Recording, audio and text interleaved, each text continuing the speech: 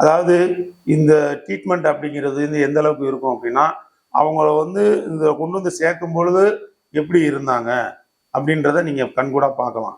அதே நேரத்துல இங்கேருந்து வெளியே போகும்போது எப்படி இருக்காங்க அப்படின்றதையும் நீங்க கண்கூடா பார்க்கலாம்.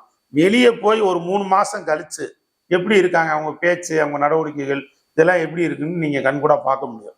அந்த அளவுக்கு எல்லாத்துலேயுமே நமக்கு வந்து மாற்றம் கொடுக்கக்கூடிய அளவுக்கு இந்த ட்ரீட்மெண்ட்ஸ் இருக்கும்.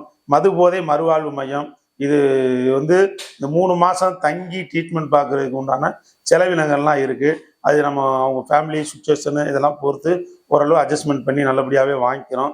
அதாவது அவங்களுக்கும் ஒரு இது இல்லாமல் அவங்களுக்கு ஃபியூச்சரில் வந்து அந்த மனிதனுடைய வருமானம் வீட்டுக்கு வந்து அவங்க நல்ல வாழ்க்கைக்கு திரும்பக்கூடிய அளவுக்கு ஒரு கம்ஃபர்டபுளாக இருக்கும்.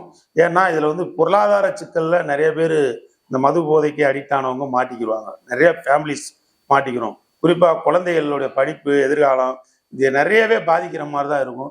பெண்களுக்கு இது ரொம்ப சிரமமாக இருக்கும். அவங்க தான் வந்து குடும்பத்தை நடத்தக்கூடிய ஒரு கண்டிஷன்ஸுக்கு போயிடுவாங்க. ஒரு திடமில்லாத பெண்கள்லாம் ரொம்ப கஷ்டம். அவங்க மனசு ரொம்ப பாதிக்கப்பட்டு என்ன செய்யணும்னு தெரியாத அளவுக்குலாம் இருப்பாங்க.